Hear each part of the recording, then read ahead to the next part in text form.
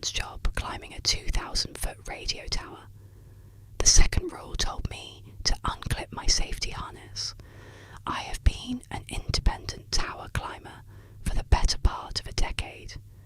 My job involves inspecting, repairing, and upgrading the equipment mounted on massive radio and television broadcast antennas. It is a highly specialised field that requires specific certifications and a complete absence of the fear of heights. A few weeks ago, I was facing severe financial difficulties. The winter season is usually slow for independent contractors, and I was months behind on my rent. I spent every night scrolling through various online job boards, looking for short-term contracts to keep myself afloat. That is when I found the listing. The post was vague, lacking any company name or corporate branding.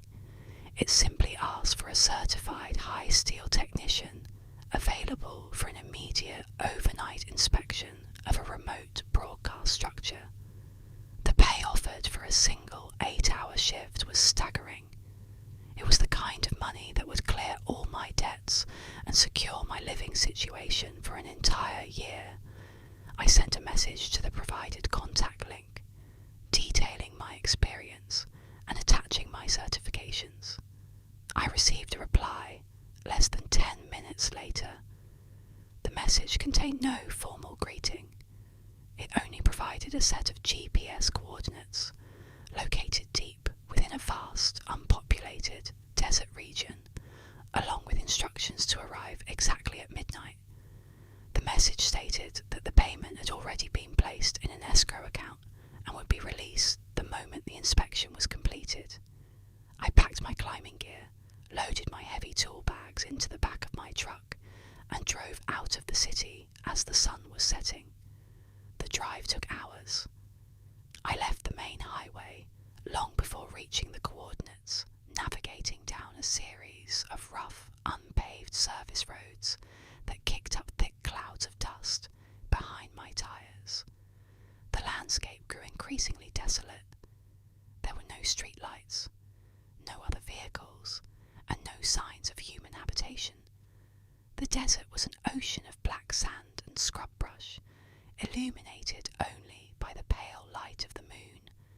I finally reached a high chain-link fence topped with barbed wire. A heavy padlock secured the gate. According to the instructions I had received on my phone, the key to the padlock was hidden beneath a painted rock near the fence post. I found the key, unlocked the gate, and drove my truck into the compound. The radio tower was impossible to comprehend until I was standing directly beneath it. It was a staggering 2,000 feet of triangular steel lattice rising straight up into the dark sky. To put that into perspective, it was substantially taller than most of the tallest skyscrapers in the world. Thick steel guy wires anchored the massive structure to the desert floor, stretching out into the darkness under immense tension. Every few hundred feet, a bright red aviation light blinked slowly, warning distant aircraft to stay away. The top of the tower completely disappeared into the blackness of the night. I parked my truck near the concrete base of the tower and turned off the engine. The silence of the desert was profound, broken only by the low, haunting sound of the wind rushing through the steel lattice above me. I grabbed my flashlight and stepped out of the cab. Resting on the lowest rung of the access ladder was a small, heavy-duty plastic equipment case. I had been told the necessary inspection tools would be provided on site. I opened the case. Inside, I found a specialised digital diagnostic meter, a fresh pair of heavy leather climbing gloves, and a single sheet of thick laminated paper. I directed my flashlight onto the paper. It was a handwritten note, completely devoid of any technical instructions regarding the diagnostic meter. Instead, it listed 3 highly specific rules. Never look up past the topmost blinking red aviation light. If the guy song. Unclip your safety harness for exactly 3 seconds. Do not acknowledge the birds. They are not birds. I stood there in the freezing desert wind, staring at the laminated paper. I felt a brief surge of anger. The high steel industry is a tight-knit community, and experienced climbers often play elaborate pranks on new guys or freelancers. I assumed this was a hazing ritual designed to scare a contractor working alone in the dark. The rules were absurd. The second rule, in particular, went against every fundamental survival instinct a tower climber possesses. You never, under any circumstances, unclip your safety harness entirely while on the structure. We use a twin-tail lanyard system. You clip one hook to a steel rung, step up, clip the second hook higher up, and then unclip the first one. You're always attached to the tower. Unclipping completely means relying solely on your grip strength, and a sudden gust of wind at 1,000 feet will peel you off the ladder. In an instant, I shoved the laminated note into my jacket pocket, dismissing it as a childish attempt to unnerve me. I strapped on my heavy climbing harness, checked the locking mechanisms on my carabiners, slung the diagnostic meter over my shoulder, and began the ascent. It was exactly 2 in the morning. Climbing a 2,000-foot vertical ladder is a grueling test of physical endurance. You settle into a methodical rhythm. Step, pull, clip, unclip. Step, pull, clip, unclip. The muscles in your arms and legs begin to burn within the first few hundred feet. The temperature drops steadily the higher you go, and the wind grows much stronger, completely unobstructed by the terrain below. By the time I reached the 500-foot mark, the ground was a distant, dark memory. The only things that existed were the cold steel of the ladder, the sweeping beam of my headlamp, and the vast, empty darkness surrounding me. I paused on a small, grated resting platform to catch my breath and drink some water. The structure swayed gently in the wind. This is entirely normal for tall towers. They are engineered to flex. I felt completely isolated, separated from the rest of the world by a vertical mile of empty air. I continued climbing. The hours dragged on. I passed the 1,000-foot mark, moving with my focus narrowed entirely to the next steel rung in front of my face.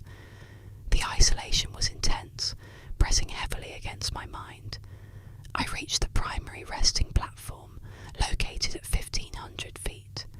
This was the largest platform on the structure, situated where the thickest set of upper guy wires anchored to the main mast.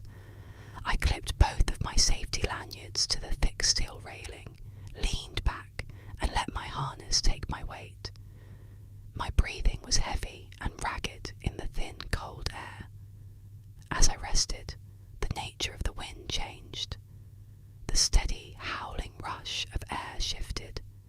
The thick steel guy wires stretching out into the darkness began to vibrate. It was different from the random, chaotic vibration caused by heavy wind. It was rhythmic. The massive cables were humming.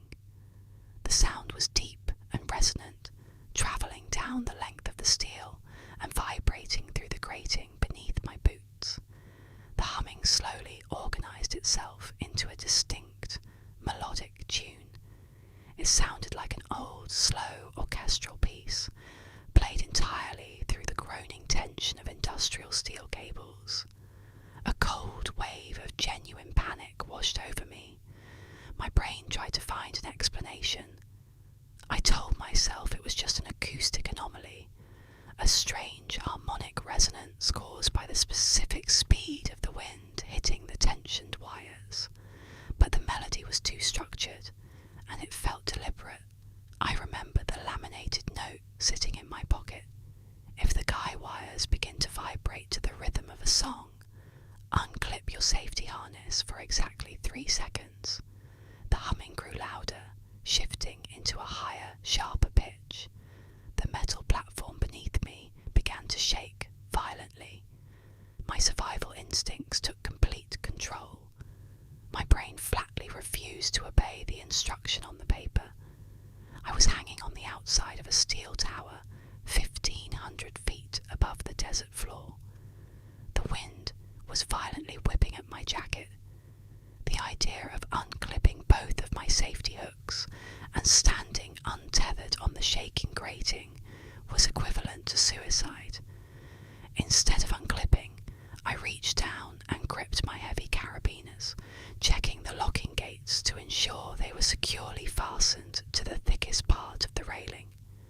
I squeezed the metal hooks tightly, terrified that the violent shaking of the tower would snap the welds and send me plummeting into the dark.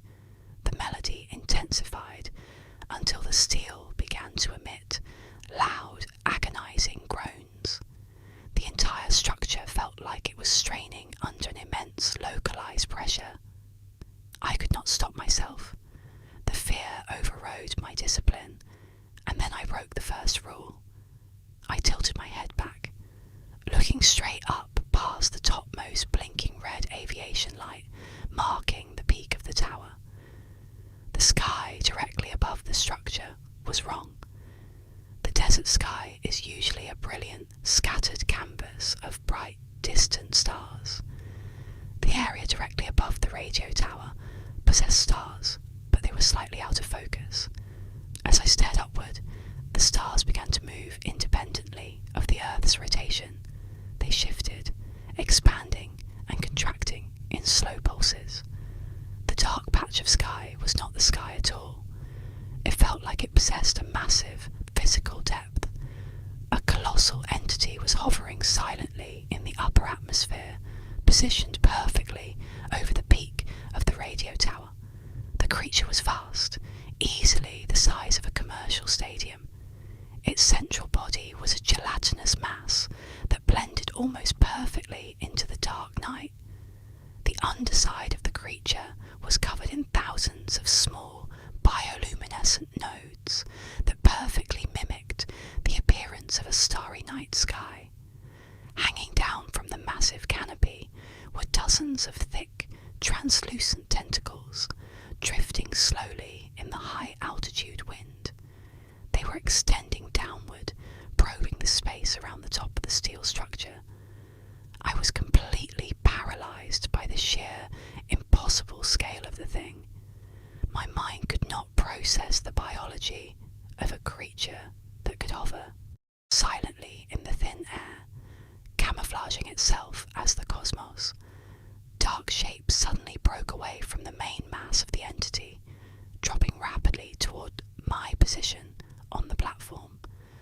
At first glance, they looked like large birds circling the tower, riding the wind currents in the dark. They moved in sweeping arcs, descending closer to the grating where I was anchored. I remembered the third rule. Do not acknowledge the birds. They are not birds. I pressed my back hard against the central steel mast, trying to make myself as small as possible. The dark shapes circled closer. They moved stiffly, gliding through the air with an unnatural, mechanical rigidity, without even moving what I saw as wings. One of the shapes swept in toward the platform, hovering just a few feet away from my face. The shape possessed no feathers, no beak, and no eyes. It was a thick, muscular mass of dark, wet tissue. A long, thin umbilical cord trailed behind it, extending straight up into the darkness, connecting directly to the massive gelatinous body hovering above the tower. I panicked when I realized they are just appendages. The fleshy appendage drifted closer, reaching towards the collar of my jacket. I raised my arm, swatting aggressively at the shape to push it away from my face. The palm of my heavy leather climbing glove made contact with the wet tissue, and the moment my leather glove touched the surface, it became permanently bonded to the flesh. I pulled my arm back violently, but the appendage held fast.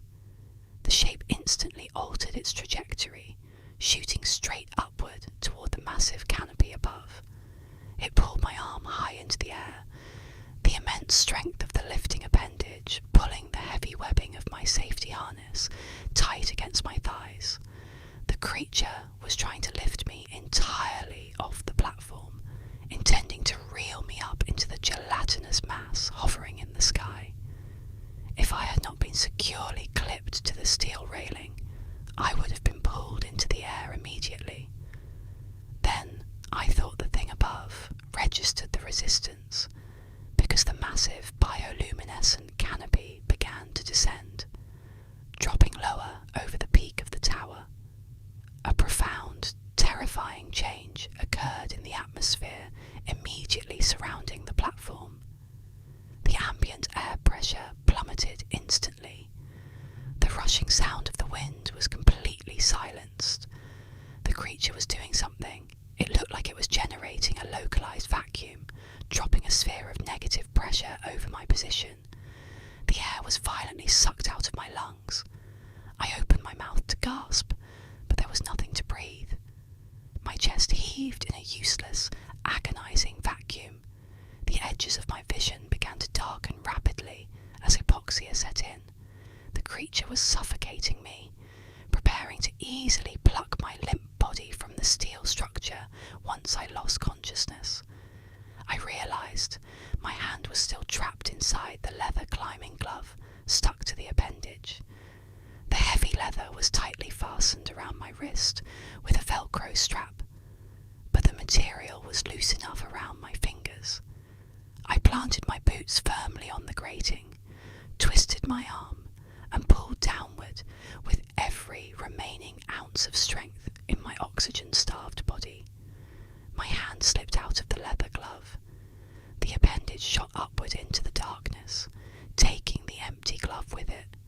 I dropped to my knees on the grating, my chest burning. I still could not breathe. The vacuum was holding steady. I had only seconds of consciousness left.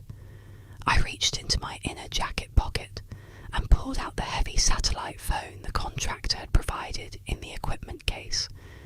I hit the single programmed emergency contact button and pressed the phone against my ear. The call connected immediately. "Report!" a harsh, commanding voice demanded over the line. "Help me," I managed to croak, the sound barely vibrating in the thin, pressureless air. "There is something above me. The sky is dropping. I can't breathe." "Did you hear the song?" the contractor demanded, his voice entirely devoid of concern, radiating pure, aggressive anger. "Did the wires vibrate?" "Yes," I gasped, my vision tunnelling into a narrow pinprick of light. "Did you unclip your harness?" He screamed into the receiver. "No," I choked out. "I'm at 1,500 feet. I couldn't." The contractor cursed violently. "You stupid amateur," he yelled, his voice echoing from the small speaker. "The tower acts like a web. The guy wires transmit the exact vibration of your physical mass, moving on the ladder directly up to the creature, so the entire structure acts as a massive sonar net. The tension in the steel tells it exactly where you're sitting. When you unclip your harness, you break the direct physical connection between your body weight and the tension of the tower, so you temporarily blind its sensory input and it loses its lock on your coordinates." "It's suffocating me," I wheezed, my grip on the phone failing. "Unclip your goddamn harness and drop," the contractor screamed. "Drop now or you will be digested." The line went dead. I looked up. The massive, translucent underside of the thing had descended past the red aviation lights. A gaping circular maw was opening in the centre of the bioluminescent stars, lined with rows of dark, muscular ridges. It was dropping directly toward the platform, bringing the suffocating vacuum down with it. I had absolutely no choice. My lungs were burning, my mind was shutting down, and the crushing darkness was inches away. I reached down to the heavy steel railing. I grabbed the locking mechanisms on both of my pelican hooks. I squeezed the safety gates. I unclipped my harness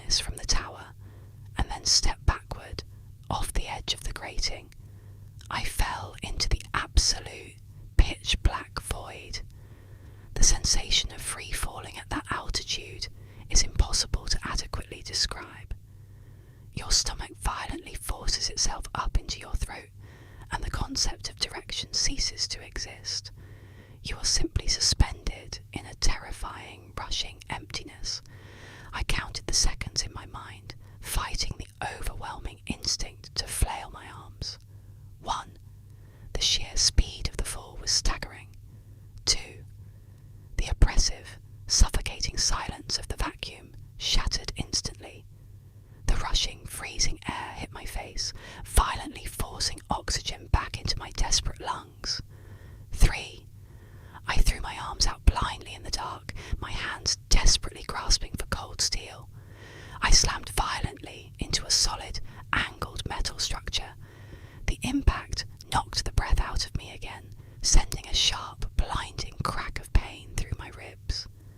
I had collided with the mounting bracket of a large microwave satellite dish, positioned roughly 50 feet below the resting platform. I scrambled wildly against the cold metal, my legs dangling over 1,000 feet of empty air. I found a thick steel support pipe. I wrapped my left arm tightly around it, holding on with a desperate, agonizing grip. I grabbed a pelican hook with my right hand, slammed the metal gate against the pipe, and clipped my harness back onto the structure. I hung there in the darkness, weeping from the pain and the sheer, overwhelming terror, my heart screaming between my fractured ribs. I looked up. The violent vibration in the guy wires had completely ceased, and the humming melody was gone. High above me, the massive bioluminescent canopy was shifting. Without the tension of my body weight on the tower to guide it, the thing was searching blindly.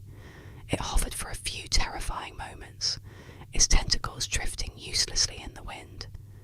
Then, the immense gelatinous mass slowly receded upward, floating back into the upper atmosphere until the fake stars blended perfectly back into the real cosmos. I stayed clipped to the satellite mount for an entire hour, refusing to move a single muscle until I was absolutely certain the creature was gone. The climb down was a slow, agonizing process. Every step sent a jolt of sharp pain through my chest. I moved methodically, clipping and unclipping my safety lanyards with obsessive care, never looking up at the sky. When my boots finally touched the sandy desert floor, the sun was just beginning to turn the eastern horizon, a pale, bruised purple. I unbuckled the heavy climbing harness and let it drop to the dirt. I left the expensive diagnostic meter sitting on the concrete base. I left the plastic equipment case open. I did not care about the contract, and I did not care about the money sitting in the escrow account. I simply wanted to put as many miles between myself and that massive steel structure as possible. I walked back to the perimeter fence, climbed into the cab of my truck, and locked the doors. I turned the ignition key. The engine roared to life, and the dashboard illuminated the interior of the cab. I reached over and turned on the truck's radio, desperate for the comforting sound of a human voice or generic music to drown out the lingering silence of the desert. The radio tuned into a local, low-frequency AM broadcast station. I froze, my hand hovering over the volume dial. The speakers in my truck were broadcasting a slow, sweeping, orchestral melody. It was the exact, distinct tune the steel guy wires had been humming just before the sky dropped down to eat me. I slammed the truck into gear and drove away from the fence, tearing down the dirt road as fast as the suspension could handle. I am writing this from a cheap motel room 3 states away. I am never putting on a climbing harness again. If you see a job offering a fortune for a single night of maintenance in an isolated location, and they hand you a list of rules that make no sense,